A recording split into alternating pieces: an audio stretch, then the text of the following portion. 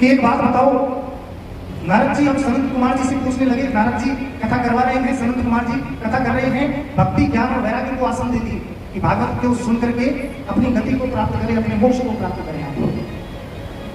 अब नारद जी सनत कुमार जी से पूछते हैं कि एक बात बताओ महाराज, कि कोई अच्छा व्यक्ति जिसने जीवन भर अच्छा आचरण किया, सारा काम अच्छा किया हो, वो व्यक्ति यदि भागवत की कथा सुनकर के मोक्ष को प्राप्त कर ले तो इसमें कोई बड़ी बात तो है नहीं, क्योंकि उसने तो जीवन भर वैसे भी अच्छे कर्म किए, तो इसमें कोई बड़ी बात तो है नहीं।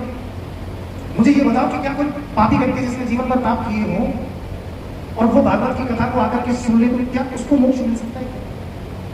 सनत कुमार जी कहने लगे कि ये मानवा पाप कृतस्तु सर्वदा सदा दुराचार्यता विमर्दता क्रोधाग्निर्दग्धा कपिलाश्चकामिने सप्ताह यज्ञेन कलो गुणंदतीते।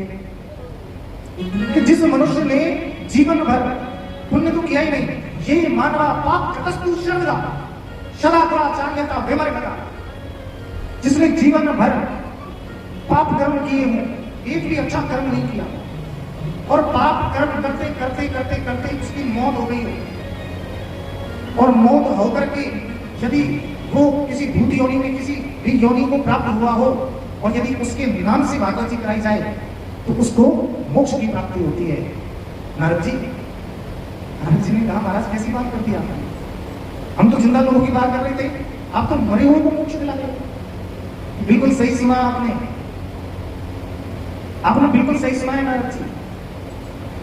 मैं तुम्हें एक कथा सुनाता हूं कि तुंगभद्रा तटे पूर्वम भूपत्नानुपते नमः यत्र वर्णा स्वधर्मे सत्य सत्य कर्म तत्परा। कि तुंगभद्रा नदी के किनारे पर एक बहुत सुंदर नगर है, उस नगर का नाम क्या है? उत्तम नगर। उसमें एक पंडित जी रहते हैं, आत्मदेव जी। आत्मदेव पंडित जी उस नगर में रहते हैं। भगवान की कृपा से सब मौज है पंडित जी की, घर में पुत्र नहीं है, घर में कोई पुत्र नहीं। एक गाय है, वो भी बेचारी 5 है। उनकी पत्नी का नाम है धुंधली देवी। पंडित जी की पत्नी का नाम क्या है? धुंधली देवी। अब तो महाराज धुंधली देवी का जैसा नाम वैसे गुण। अब देखिए व्यक्ति अपने दुख से दुखी नहीं होता है, मैंने आपको थोड़ी देर पहले बताया, लेकिन आसपास के लोग जो होते हैं ना, हमारे उसी दुख की रख पे हाथ रखते हैं। आत्मदेव जी के मन में कोई ऐसा भाव नहीं था कि मेरे पुत्र नहीं है या मेरा क्या होगा, लेकिन जब वो समाज में कहीं जाते थे तो रिश्तेदार नाती लोग कहते थे कि आत्मदेव जी आपका काम बहुत बढ़िया है, आप अखबार बहुत सब कुछ अच्छा है, लेकिन घर में एक पुत्र भी होता आपके तो देखो कितनी बढ़िया बात होती। पुत्र तो होना चाहिए, पुत्र के बिना तो मोक्ष नहीं मिलता है आत्मदेव जी। तो आत्मदेव जी तो अंदर मन में ग्लानि होती कि काश मेरे भी कोई पुत्र होता। दुख को जब सार्वजनिक रूप से लोग बताने लग जाए ना तब वो ज्यादा दुखी करता है। कहते हैं कि दुखी व्यक्ति जब दुखी नहीं होता कि वो दुखी है, लेकिन जब दुखी होता है, जब हमारे दुख का किसी दूसरे को पता चल जाए तब ज्यादा दुखी। आत्मदेव जी ने मन में विचार किया कि अब मुझे संसार में रहना ही नहीं, हमें संसार में रहना ही नहीं है, चले गए मरने के लिए। तो एक महात्मा जी ने देख लिया, भैया क्या कर रहे हो, हमारे सामने क्यों मर रहे हो, हमें और पाप का भागीदार बनाओ, क्योंकि संत हैं, आंखों के सामने पाप होते हुए नहीं देखना चाहिए, और संत हो चाहे कोई भी हो, अपनी आंखों के सामने कभी पाप होते हुए नहीं देखना चाहिए। उन्होंने कहा मेरे सामने मतलब भैया संत के चरण पकड़ लिए कि मरूंगा तो तुम्हारे सामने मरूंगा। क्या बात होगी कि घर में कोई पुत्र नहीं है, गौ भी बात पड़ी है। संत ने कहा तू एक जन्म की बात कर रहा है, मैं तेरी लकीरें पढ़ के बता रहा हूं, तुझे तो अगले 7 जन्म तक पुत्र नहीं, कि कुछ भी हो मुझे इसी जन्म में पुत्र चाहिए। संत ने कहा एक बात बता, तो जीवन में पुत्र के अलावा कोई दुख है कि नहीं? सर्व मौज है। और एक बात बता कि यदि पुत्र होकर के पुत्र निकल गया तो क्या करेंगे, कुछ भी हो जाए। अब संत के मन में विचार आया कि यदि मैं इसको कुछ नहीं दूंगा तो ये शिला पे सिला पटक के यहीं पे मर जाएगा, मेरे से मर जाएगा। इसलिए संत ने उन्हें फल दिया, जाओ हमें पत्नी को खिलाते हैं। पत्नी धुंधली देवी उनको औलाद के प्रति कोई रुचि नहीं कि हमें भी पुत्र होना चाहिए। वो फल गाय को खिला दिया और 9 महीने तक आत्मदेव जी से झूठ बोल करके 9 महीने तक आत्मदेव जी से झूठ बोला कि मेरे पेट में बच्चा है, और अपनी बहन का बच्चा ला करके, जो गर्भवती बहन थी, 9 महीने बाद जब उसका गर्भ हुआ तो वो बच्चा ला करके पंडित जी को दे दिया। पंडित जी बड़े खुश हुए कि घर में पुत्र हुए। पंडित जी ने सोचा कि अपने नाम से मिलता जुलता कोई नाम रख लेता हूं। तो धुंधली देवी कहने लगी, वाह 9 महीना पेट में हम रखे बच्चा को, और नाम तुम्हारे अनुसार रखा जाता है कि देवी आपके अनुसार रख लो कि मेरा नाम है धुंधली देवी और मेरे पुत्र का नाम होगा धुंधला। अब जो गौ को फल खिलाया था 3 महीने बाद उससे भी पुत्र की प्राप्ति। कैसा पुत्र हुआ गौ के कि संपूर्ण शरीर तो मानव के जैसा, केवल कान जो थे ना वो गाय के जैसे। तो आत्मदेव जी ने उनका नाम रखा गोकर्ण जी महाराज। अब दोनों बच्चों के अंदर देखो कितना है कि गोकर्ण पंडितो ज्ञानी धुंधकारी महाफल। गोकर्ण जी महाराज बहुत बड़े विद्वान हुए क्योंकि संत का फल था, संत का फल लगाना नहीं था। लेकिन धुंधकारी महाफल है, जो धुंधकारी वो पुत्र बहन से लेकर के आई थी ना, वो चोर बन गया। हर रोज इतनी घर में शिकायतें लेकर के आता था कि आत्मदेव जी दुखी हो गए पुत्र से। जिस पुत्र के लिए दर दर भटक रहे थे ना, आज उसी पुत्र से दुखी हो गए। बंधुओं, भगवान को यदि किसी को दुख देना होता है तो 7 ताले अंदर बंद करने के बाद भी दुखी होता है। और यदि किसी को खुश रखना होता है, चाहे उसके हाथ पैर नहीं, मैंने ऐसे लोगों को भी खुश देखा है जो हाथ भी नहीं है पैर भी नहीं और वो भी खुश देखा। इससे मुझे एक बात समझ में आई कि खुशी हो जैसे दुखी होने के लिए कोई वजह नहीं होती, ऐसे खुश होने के लिए भी कोई वजह नहीं। आप समभाव में रहोगे ना तो हमेशा चैन में रहोगे, संतोष में रहोगे। दुख में तड़पो मती और सुख में भूलो मती, प्राण जाए निकल नाम भूलो मती, मुरली वाले को मन से रिझाते चलो, कृष्ण गोविंद गोपाल गाते चलो। बंधुओं, आत्मदेव जी इतने दुखी हुए कि वो घर को छोड़कर के चले गए। गोकर्ण जी महाराज तीर्थ यात्रा पर चले गए। उसकी मां रह गई धुंधली देवी। मां को पीटने लगा कि पैसे दो। तो एक दिन मां ने भी बेचारी ने कुएं में कूद करके जान दिया। अब तो भैया धुंधकारी का राज हो गया घर पे। अकेला धुंधकारी पूरे घर में राज करता है। 5-5 गणिकाओं को लेकर के आ गया, वैश्याओं को लेकर के आ गया घर में। अब गणिकाएं कब तक रहेंगी? जब तक धुंधकारी पैसे देते रहेंगे। धुंधकारी से कहा कि कम पैसे मत लाएगा, बड़ी चोरी किया कर, हम 5 का खर्चा है। तो एक दिन राजा के यहां से चोरी करके ले आया। गणिकाओं के पास रहने से पता है क्या होता है? काया हो सुकाम जात सुयस को नाम जात। काया बेकार हो जाती है व्यक्ति की। पुरखों का जो नाम चला आ रहा है, काया हो सुकाम जात सुयस को नाम जात, रूप जात रंग जात वैश्य के संग से। गणिकाओं के साथ से सबसे पहला काम तो बुद्धि खराब हो जाती है। दूसरा काम काया खराब हो जाती है। सुयस को नाम जात, जो बड़े बड़े हमारे बड़े बुजुर्गों ने जो नाम कमाया वो धूमिल हो जाता है। आज वही काम धुंधकारी ने किया। राजा के यहां से बड़ी चोरी करके लाया, लाकर के धन गणिकाओं को दिया। गणिकाओं ने सोचा रहे आज तो बहुत बड़ी चोरी करके लाया, लेकिन राजा के हाथ से लाया है, राजा निश्चित पकड़ लेगा, इसको छोड़ेगा नहीं। और राजा इससे ये भी उगलवा लेगा कि ये धन किसको ले जाकर के हम भी फंसते हैं। तो उस दिन गणिकाओं ने उसको बहुत सारी शराब पिलाई, बहुत शराब पिलाई। और शराब पिला करके नशे में जब वो धुत था तो 4 भाई पर उसके हाथ पैरों पर बांध करके उसके जो कंठ थे उनको जोर से रुमाल से ऐसे कर दिया।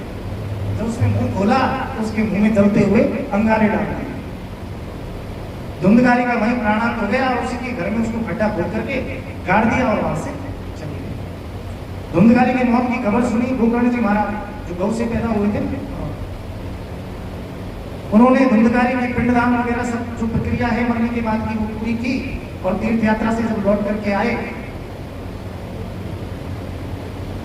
तो लोगों ने कहानी सुनाई कि भैया तुम्हारे धुंधकारी भाई के साथ बहुत बुरा हुआ है कि मैंने यात्रा में वो बात सुनी थी। अपने घर में आए, घर में आकर के जब विश्राम करने लगे तो कुछ अजीब अजीब स्वप्न दिखने लगे। कभी शर्त दिखने लगा, कभी भैंसा दिखने लगा, कभी बहता हुआ पानी दिखने लगा। जब कोई जगह ऐसी होती है ना तो वहां पे हमें देखना रात में नींद नहीं आए, हम करवटें बदलते रहते हैं। हम सोचेंगे कि हमें नींद क्यों नहीं आएगा, लेकिन वो जगत की उस जगह में नेगेटिव एनर्जी का प्रकोप होता है। अब गोकर्ण जी महाराज तो क्या थे, विद्वान, उन्होंने अपने कमंडल से जल लिया और झटका कि कौन हो सामने आओ, कि अहम प्राता तदीयस्मि धुंधकारी नामते, कि मैं तुम्हारा भाई हूं, मेरा नाम धुंधकारी है। ये धुंधकारी तू यहाँ प्रेत की योनि में कैसे पड़ा है? तेरे तो मैंने पिंडदान वगैरह सब कर दिए थे गया थी। तो धुंधकारी ने कहा महाराज मेरे जैसे प्रेत के तुम कितने भी पिंडदान कर दो, मुझे मोक्ष नहीं मिलेगा, मेरी आत्मा को शांति नहीं मिलेगी। और मेरी आत्मा को शांति जब नहीं मिलेगी ना, जब तक मैं तुम्हें इस घर में शांति से नहीं रखेगा। तो मुझे तो भाई कोई व्यक्ति प्रेत योनि में या किसी भी योनि में तड़प रहा है, आपका कोई पित्र है घर का और वो किसी योनि में तड़प रहा है, तो वो आपको चैन से रहने देगा। घर में लक्ष्मी वृद्धि सुख शांति, घर में ज्यादा चिड़चिड़ाहट रहती है ना कभी कभी, पितरों की वजह से रहते हैं। वंश वृद्धि पितरों के कारण होती है। इसलिए भागवत की कथा करवानी चाहिए तो जीवन में अपने पितरों के, अपने लिए नहीं, अपने पितरों के जरूर करवानी चाहिए। और यदि भागवत भी ना करवा सके तो कम से कम भागवत सुनना चाहिए और एक दिन पूजा करवा करके अपने पितरों का आह्वान जरूर करना चाहिए। इसलिए बंधुओं, उन्होंने कहा कि मैं तेरी मुक्ति का कुछ उपाय करता हूं। भगवान सूर्यदेव के से प्रार्थना की, सूर्यदेव ने कहा रे सत्कर्म करो। महाराज ये सत्कर्म क्या होता है? दो तरह के कर्म होते हैं बंधुओं, एक होते हैं शुभ कर्म, एक होते हैं सत्कर्म। शुभ कर्म वो होते हैं जो हम घर में मांगलिक कार्य करते हैं, बच्चे का विवाह कर रहे हैं वो शुभ कर्म है, गृह प्रवेश कर रहे हैं, बच्चे के जड़ूले उतरवा रहे हैं, जो भी हम कार्य कर रहे हैं समाज के लिए, घर गृहस्थी के लिए जो भी कार्य करते हैं ना, वो सब शुभ कर्मों के अंतर्गत आते हैं। जहां पर वेद मंत्रों का, जहां पर ब्राह्मणों को बुलावा हो और उनके द्वारा वेद मंत्रों का उच्चारण हो, उसी को शुभ कर्म कहा जाता है। और सत्कर्म किसे कहा जाता है? सूर्यदेव भगवान ने भी यही कहा कि सत्कर्म करो, और नारद जी से आकाशवाणी हुई थी, उसने भी यही कहा। सत्कर्म क्या है? भागवत की कथा। और सत्कर्म के बारे में ये बात कही गई है कि इसको देखने के लिए मुहूर्त की जरूरत नहीं है कि किसी विशेष मुहूर्त में, हाँ कभी घर में कराएं तो वो बात अलग है कि मुहूर्त से करवाएं, लेकिन सत्कर्म करने के लिए मुहूर्त की जरूरत नहीं है। वो तो जब चालू हो जाए तभी से ही वो सत्कर्म है। तदेव लग्नम शुदिरम तदेव तारा बलम चंद्र बलम तदेव विद्या बलम देव बलम तदेव। सारे बल उसी समय कार्य करने लग जाते हैं जब सत्कर्म शुरू हो जाता है। इसलिए बंधुओं, आज ही आपका मंदिर प्रांगण वृंदावन धाम बन गया है। आज से यहाँ पर सत्कर्म शुरू हो गया। गोकर्ण जी महाराज ने सूर्यदेव के आशीर्वाद से धुंधकारी के नाम से जो प्रेत योनि में था भागवत की कथा कर रहे। अब धुंधकारी तो हवा के रूप में कैसे आई जाए, तो एक बांस की गांठ में जाकर के बैठ जाता था और पहले दिन की कथा के प्रभाव से वो बांस की गांठ फट जाती थी, दूसरे दिन की कथा के प्रभाव से दूसरी गांठ फट जाती थी। ऐसे 7 गांठ का आपने देखा होगा भागवत जी में बांस लगवाते हैं पितरों के लिए, 7 गांठ का। उनमें पितरों का आह्वान किया जाता है कि पितृ देवता आप जिस भी योनि में हो, जहां पर भी हो, आपके नाम से हम भागवत जी करवा रहे हैं। सत्कर्म हमारे हाथ से होने का सौभाग्य हमें मिला है।